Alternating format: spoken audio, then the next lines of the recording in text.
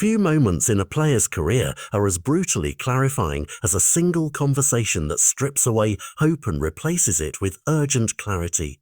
Dani Ceballos arrived at Real Madrid carrying technical gifts and the sentimental weight of a boy from Betis who had once mesmerised with short, clever passes and an ability to calm the midfield. But football at the very top is governed by a harsher grammar. Minutes are scarce, competition is fierce, and managers make decisions that can alter the arc of a career overnight.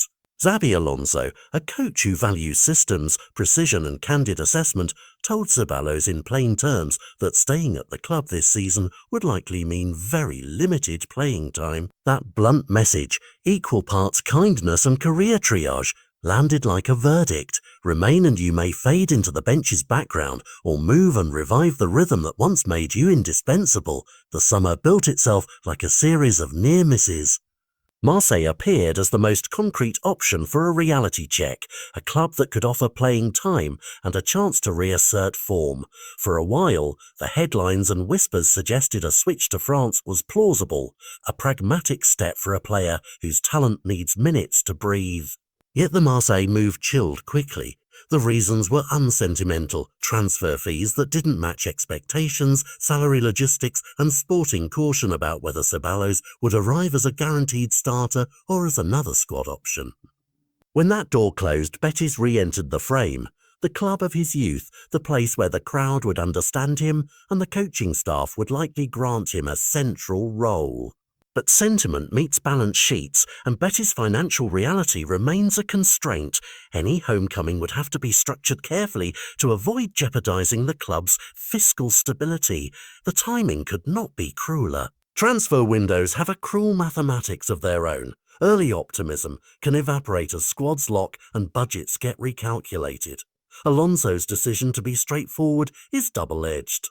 From one angle, his honesty spares Ceballos the agony of false expectations. From another, it can be a push that hastens an inevitable move, a public nudge that concentrates negotiation pressure into the final hours. For Ceballos, the choice is more than a professional shuffle. It is a contest between the prestige and training standards of Real Madrid and the simple, vital need to play regularly. Minutes on the pitch not only build form but rekindle confidence, and for a player who once seemed destined for consistent national team consideration, sitting undercuts selection prospects as surely as poor form does. There are subtler human stakes here too. The pride of a player who fought to reach the Bernabeu, the emotional calculus of returning to where the crowds once cheered him, and the psychological truth that players define themselves through rhythm and responsibility. These factors complicate any purely technical assessment. Coaches like Alonso design structures that demand role clarity. While that discipline can elevate teams to new heights, it also risks marginalizing gifted individuals who, through a mixture of circumstance and form, do not slot perfectly into first 11. The modern game demands both tactical fit and timing. A talented midfielder without match minutes can quickly become a talent in stasis. Behind the scenes, negotiation language matters.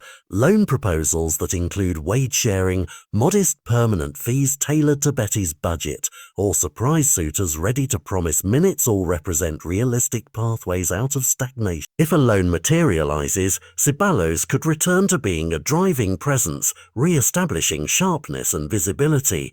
If a permanent move to a mid-table European side occurs, it might supply stability and the chance to be the heartbeat of a midfield. If nothing happens, he begins a season where opportunity will come mostly from rotation or injury, a precarious place for any player hoping to rebuild. Ultimately, agency remains with the man himself. Some players choose to accept diminished roles at elite clubs, banking on training, reputation, and occasional opportunities. Others accept that their peak potential only surfaces through constant competition and steady minutes.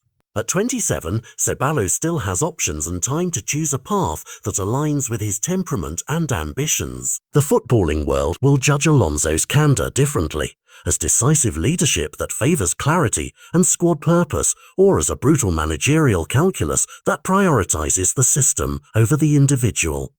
For fans and pundits, the drama is delicious. For the player, it is personal, practical and urgent. When the transfer window finally slams shut, the consequences will be visible in minutes played, not headlines. Whether he returns to Betis, finds another club willing to send to him, or stays and fights for scraps of opportunity, the coming season will be measured in rhythm restored or chances lost. Xabi Alonso's message was stark and humane in its bluntness. Choose where you will actually play. For Dani Ceballos, the summer's biggest storyline is no longer rumour-filled speculation but a narrower, crucial question. Where can he rediscover the tempo that once made him indispensable?